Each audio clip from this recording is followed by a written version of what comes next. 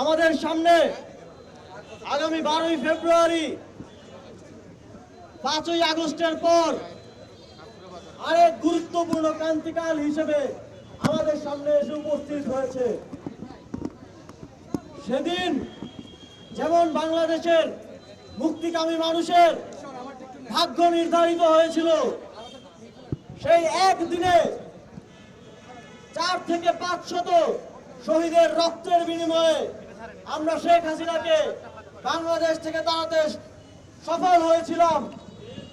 আবার আরেকটি সেই রকম দিন হিসেবে 12ই ফেব্রুয়ারি আমাদের সামনে আছে।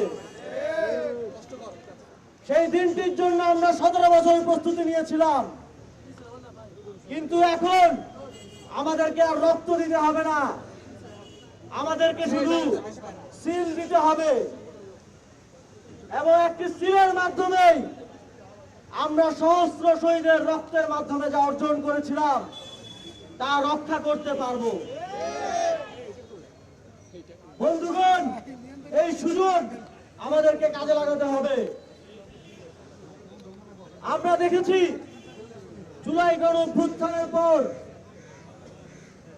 ঠিক 5ই আগস্টের আগে 17 বছর যেভাবে দেশের মানুষকে অত্যাচার, নিপীড়ন, গুম, খুন, জেলখানায় অত্যাচার করা হয়েছে, তার একটা ডেমো আমরা গত 16 মাসে দেখেছি। আমরা দেখেছি 17 বছরের অত্যাচারের নতুন রূপ হাজির হয়েছে। আমরা দেখেছি কিভাবে গ্রামের অলিগলি থেকে শুরু করে শহরের অলিগলি বাজার থেকে শুরু করে রাষ্ট্রের সর্বোচ্চ পর্যায় পর্যন্ত চাঁদাবাজি এবং সন্ত্রাসের রাজত্ব কায়েম করা হয়েছে। আমরা যদি এই চাঁদাবাজদের, এই সন্ত্রাসদের আর না দেখতে চাই, তাহলে আমাদেরকে এবার রাজপথে নয়, এবার ব্যালটে বিপ্লব সাধন করতে হবে।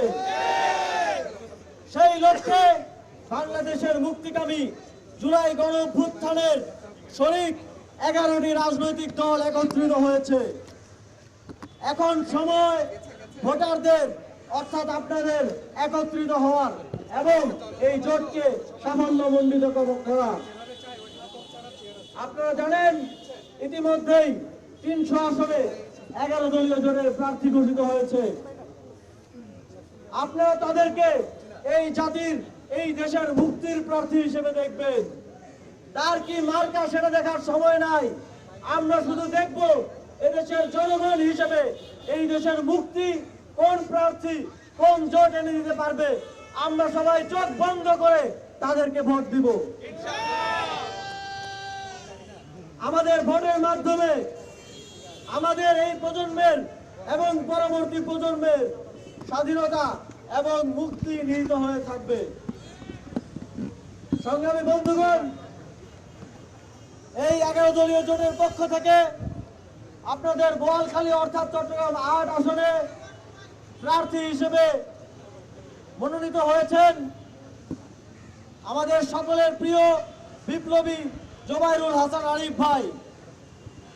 আপনাদের সকলের প্রতি সারা বাংলাদেশের মুক্তিকামী জনতার পক্ষ থেকে, জাতীয় নাগরিক পার্টি এবং 11 দলীয় ঐক্য জোটের পক্ষ থেকে আহ্বান থাকবে, আপনারা তাকে জয়যুক্ত করবেন এবং তার মাধ্যমে বাংলাদেশকে এবং বোয়ালখালী আসনকে জয়যুক্ত করবেন।